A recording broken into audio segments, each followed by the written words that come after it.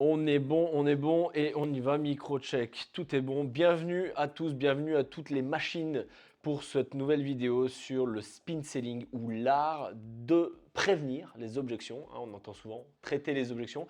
L'art de prévenir les objections grâce à la découverte. Alors, pour ceux qui ne me connaissent pas, moi c'est David Arrigui, je suis un ancien commercial de terrain. J'ai généré plus de 2 millions d'euros de CA en 2 ans sur une offre à 5 000 euros à peu près de panier moyen en gérant tout le cycle de vente, de la prospection à la signature. Donc faites vos calculs, on est à plus de 200 ventes en 2 ans et c'est la recette parfaite pour un bon burn-out. Aujourd'hui, on va parler du spin selling. Pourquoi? Parce que c'est une trame et non pas une méthode, c'est une trame que j'utilise pour être sûr que je n'ai rien oublié, que je ne manque d'aucune information avant de passer à ma démonstration. Pourquoi j'appelle ça une trame? Parce que si vous me connaissez, si vous faites partie de la communauté School, les Sales Machines, vous savez que je suis un partisan du unscripted selling, c'est-à-dire qu'on n'a pas de script. Nous, au lieu de maîtriser un script tel un commercial lambda, on maîtrise notre sujet, on connaît nos clients par cœur, on connaît leur vie et on sait pourquoi ils ont besoin des solutions que l'on vend. Donc, unscripted selling, ça ne veut pas dire qu'on ne peut pas s'aider à prendre des notes. Et c'est dans ces notes-là que j'utilise le spin selling comme trame.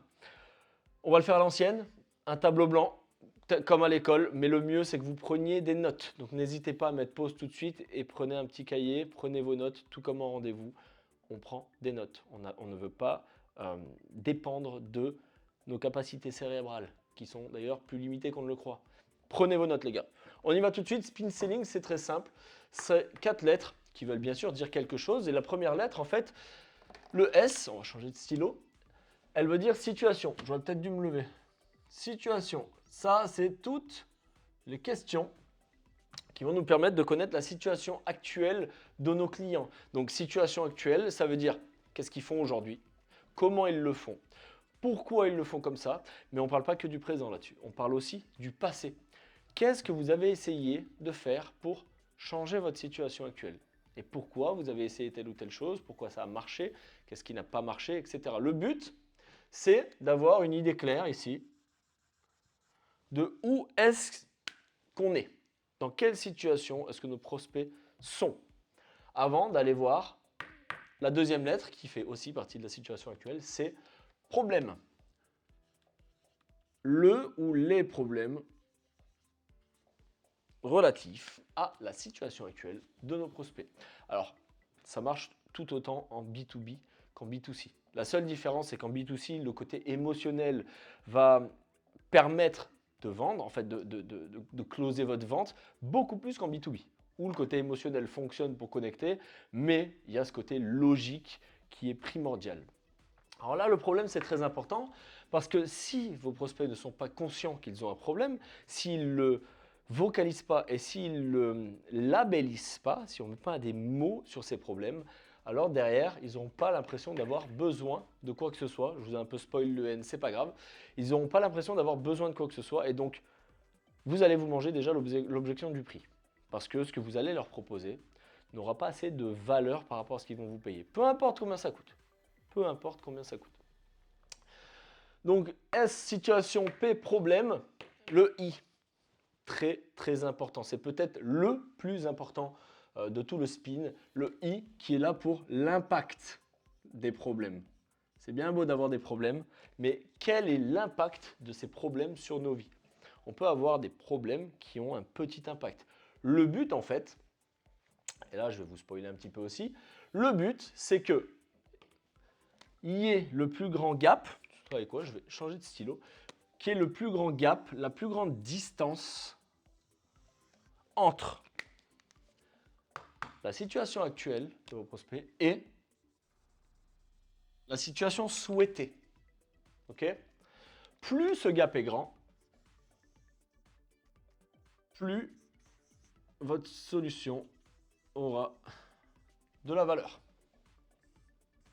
Et ce gap, il se crée grâce à l'impact. L'impact, plus il est grand, plus il est important, plus il blesse et heurte le business ou la vie de nos prospects, plus le gap entre leur situation actuelle et la situation souhaitée sera grand, plus votre solution aura de la valeur. Ok? Petit exemple tout bête. Moi, c'est David. J'ai un mal de tête. J'aimerais ne plus avoir mal à la tête. Tu me vends un médicament qui coûte 10 points, 10 000 euros, je ne l'achète pas. Je reste avec mon mal de tête. Par contre, moi, c'est David, j'ai mal à la tête. J'aimerais ne plus avoir mal à la tête. Tu me fais un diagnostic parce que tu es un expert.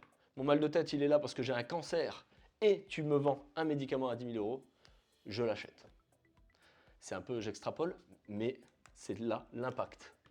L'importance de l'impact. Parce que après l'impact, il y a le N qui veut dire need, donc besoin. J'ai une situation qui est ce qu'elle est. Dans cette situation, j'ai des problèmes qui sont ce qu'ils sont. Ces problèmes-là, ils m'impactent d'une certaine façon et c'est pour ça que j'ai besoin de vous. OK? Donc, pendant la découverte, moi je vais dessiner sur ma feuille SPIN et je vais poser mes questions.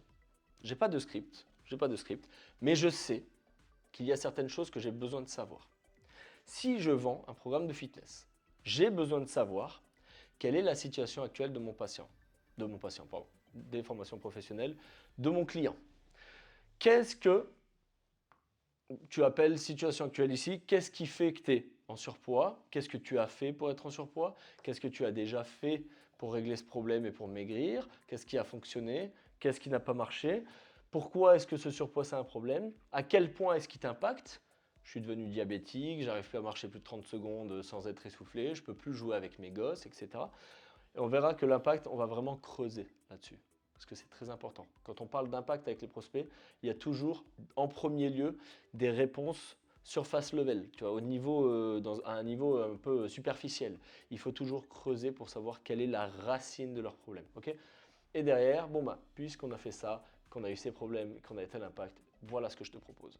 Par contre, on ne va jamais faire notre démo tant qu'on n'a pas réglé ces trois choses. Et tant que ce n'est pas clair, non pas seulement pour vous, mais aussi pour vos prospects.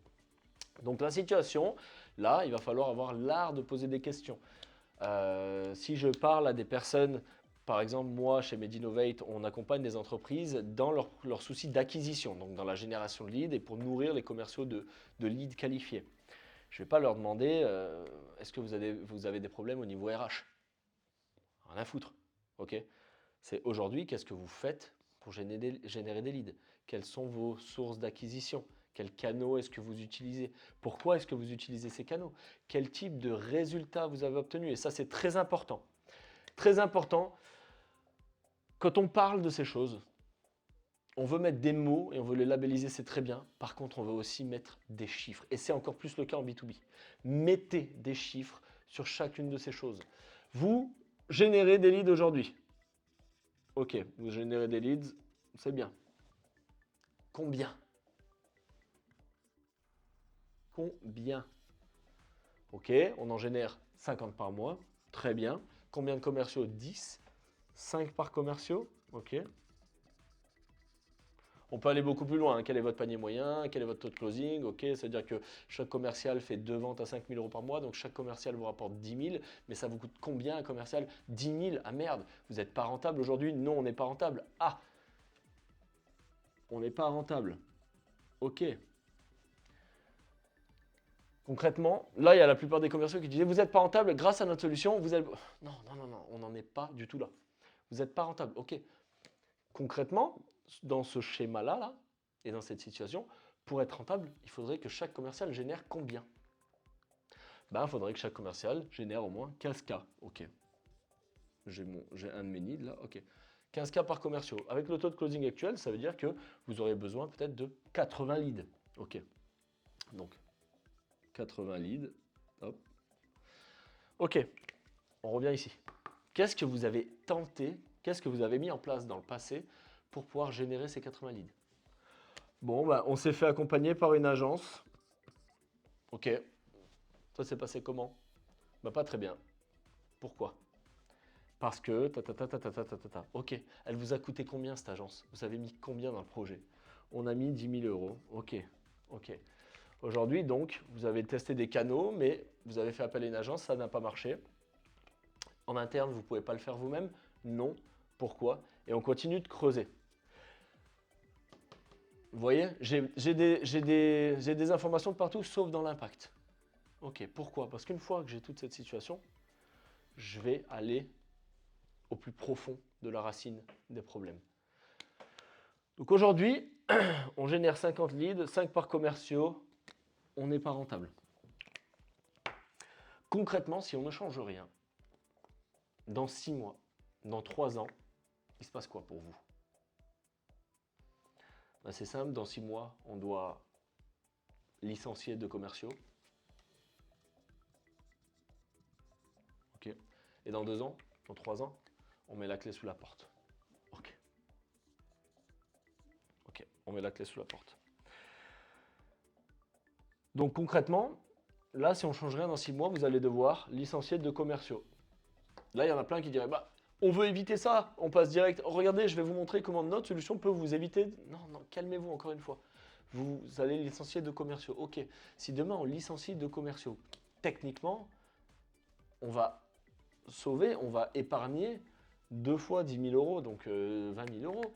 Est-ce que vous allez être rentable avec ça? Ou est-ce que ça va être une situation qui va vous permettre de survivre? Est-ce que c'est temporaire? Si demain on supprime 2 commerciaux, il va se passer quoi dans 6 mois pour votre boîte? Bah, si demain je supprime 2 commerciaux, on ne va pas avoir de croissance cette année. Ok, pas de croissance cette année.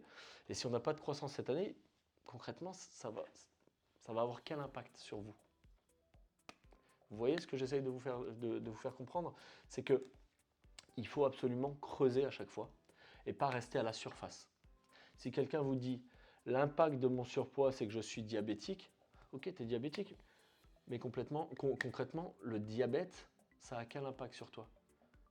Bah, je suis obligé d'être toutes les 2 secondes à me foutre des piqûres, à me faire tester, à aller chercher des médocs, ok?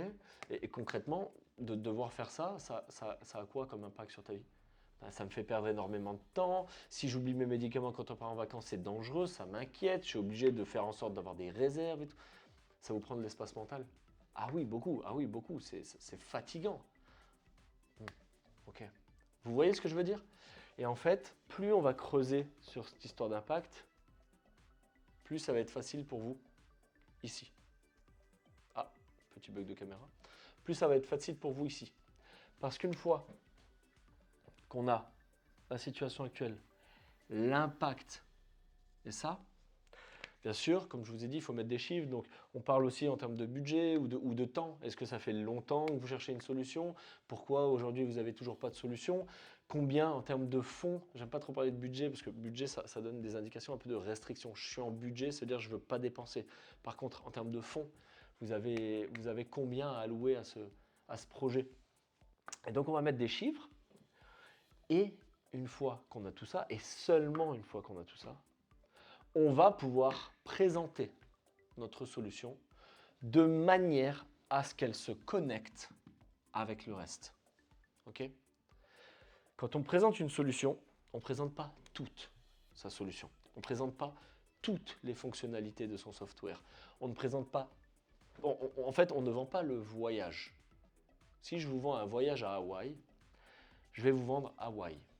Je vais vous vendre la détente que vous aurez à Hawaï. Je vais vous vendre la connexion que vous aurez avec votre partenaire quand vous serez dans la resort, dans l'hôtel par exemple, dans lequel vous allez être. Je vais vous vendre le soleil, je vais vous vendre le bronzage, je vais vous vendre la détente. Je ne vais pas vous vendre les 10 heures d'avion. Je ne vais pas vous vendre les 30 minutes de file d'attente à la douane, à l'aéroport. Ok? Donc quand on monte sa solution, on vient la connecter directement avec tout ça. Quand je génère des leads pour des entreprises, je ne leur dis pas tout ce que je vais faire. Ok? S'ils me disent qu'ils ont besoin de faire 70 leads, on doit en générer 20 de plus. Aujourd'hui, ils sont sur le canal de campagne marketing, ils font de l'acquisition, campagne publicitaire Meta, campagne Google, campagne d'emailing. Vous faites des webinaires? Aujourd'hui, on n'en fait pas. Ah, ok. Donc, nous, on a cette solution. Je vais quand même leur poser des questions sur les résultats qu'ils ont ici, pour voir où est-ce qu'on peut optimiser et si je ne peux pas aussi vendre des services de campagne publicitaire, parce qu'on le fait très bien, par exemple. Ok? Mais s'il me dit c'est juste sur ça et juste sur ça, parce que l'emailing, on a quelqu'un et voilà, la prospection, on a les commerciaux, très bien. Alors, nous, on est une solution en 360. Par contre, sur les canaux spécifiques, voilà ce qu'on va faire. Campagne de pub, nous, on a tel et tel résultat avec nos clients. Campagne de webinaire, ce qu'on a mis en place aujourd'hui via LinkedIn, via des experts dans votre domaine. On va faire un webinaire sur un sujet bien précis. On va faire la promotion de ce webinaire pendant 3 mois. On va obtenir des listes de telle façon. On va se connecter avec... Vous voyez ce que je veux dire? Là, je peux être plus précis, mais seulement sur ces choses. Parce que là, je suis en train de valoriser ma solution. Une fois que j'ai valorisé ma solution, avec ce que je vais faire, bien sûr, je vais surtout vendre le résultat. Je vais vendre Hawaï, la destination. Grâce à nos méthodes, aujourd'hui, en 3 mois, même pas, on peut avoir les 70 leads et vous permettre de garder vos commerciaux et potentiellement de continuer de croître pour que 2 ans, vous ne soyez pas dans une situation où il faudra mettre la clé sous la porte. Mais au contraire, vous serez dans une situation où peut-être vous allez pouvoir faire l'acquisition de concurrents. Ou peut-être, je vous en passe, hein, mais vous avez compris le principe. Donc en fait, le spin, c'est très simple, c'est une trame qui me permet de savoir si j'ai toutes les informations dont j'ai besoin pour faire en sorte de connecter ma solution à leurs problèmes. Et si le gap est assez important pour justifier le prix de ma solution.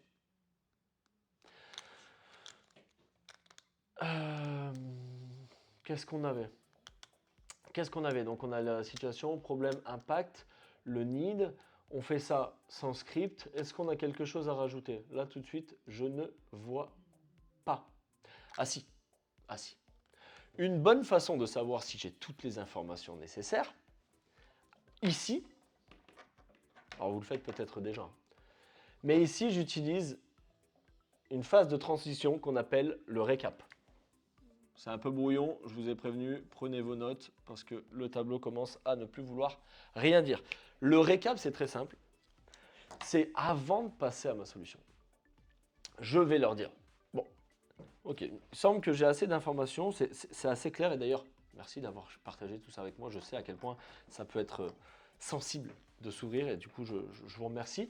Donc si je comprends bien, juste pour résumer et être sûr que j'ai une vision claire de où on en est aujourd'hui, vous générez aujourd'hui tant de leads pour tant de commerciaux avec un taux de closing à tant de pourcents sur un panier moyen à tant d'euros, okay, grâce à ces canaux-là. Mais aujourd'hui, il semblerait que vous n'êtes pas rentable avec ces chiffres-là. Et que pour être rentable, il faudrait passer de 50 à 70 leads. Aujourd'hui, vous avez testé une agence pour passer jusqu'à 70 leads, mais tout ce que vous avez fait, c'est perdre 10 000 euros à cause de telle et telle raison. Okay. Malheureusement, si on reste dans cette situation, on risque dans 2 ans de mettre la clé sous la porte. C'est relativement malheureux. Ok. Est-ce qu'il y a quoi que ce soit d'autre que je devrais savoir avant que je vous montre un petit peu comment on permet, à nos clients, d'augmenter justement leur taux de lead par mois ou leur nombre de leads par mois de plus de 50% en moins de 90 jours? Et là, j'ai l'autorisation de passer à ma démo. Bien sûr, c'est pertinent si je vous montre un petit peu ce qu'on fait nous avec nos clients. Ah oui, bien sûr, c'est pertinent. Ok, pour vous parler un petit peu de nous. Et là, quand je vais déballer, quand je vais faire ma déballe, je vais tellement connecter ma solution avec tout ça qu'à la fin, c'est eux qui vont me demander le prix. À la fin, c'est eux qui vont me demander le prix. Et même avant, alors ça fera l'objet d'une autre vidéo, hein, c'est un peu plus de la méthode NEPQ, mais avant de leur parler du prix, je vais dire, écoutez, ouais, pas de problème, je vous en parle juste après. Si je peux me permettre une dernière question, là concrètement, qu'est-ce que vous en pensez? Comment vous voyez la solution? Est-ce que vous voyez ça comme étant la solution qui vous permet d'arriver dans cette situation qu'on souhaite? Oui. Pourquoi? Pourquoi? C'est très important, je continue de creuser. Et c'est surtout que moi, je le sais pourquoi ils ont besoin de ma solution. Mais ce que je veux, c'est que eux, ils le sachent. Et pour ça, je veux qu'ils le vocalisent. Toutes ces choses-là, toutes les choses qu'ils vont vocaliser, c'est des choses qui ne leur permettra pas de me donner des objections. C'est des choses qui ne leur permettra pas de penser en termes de prix, mais plutôt en termes de résultats. Ok? C'est pour ça que je ne parle de ma solution que quand je sais et que j'ai conscience qu'ils ont conscience que ça doit changer. Et, très important, que ça doit changer tout de suite. C'est pour ça, la question d'impact, combien de temps est-ce que vous pouvez rester dans cette situation? Encore combien de temps? Qu'est-ce qui fait si ça ne change pas tout de suite? Qu'est-ce qui se passe? À quel point est-ce qu'on a besoin de ce changement? Moi, je pose vraiment la question comme ça. Aujourd'hui, pendant combien de temps vous pensez être capable de tenir avec votre diabète avant de péter un câble? Aujourd'hui, à votre avis, combien de temps est-ce qu'on peut tenir encore avec 50 litres par mois? Tout simplement. Donc quand il me demande le prix, je vais vous le donner le prix. Je vais vous le donner, mais avant que je vous le donne, juste pour que je sache, pour que je sois sûr, vous pensez que c'est la solution qui va vous apporter, qui va vous permettre de passer d'ici à ici? Oui. Pour quelle raison? Si je peux me permettre, pour quelle raison? Qu'est-ce que vous avez vu?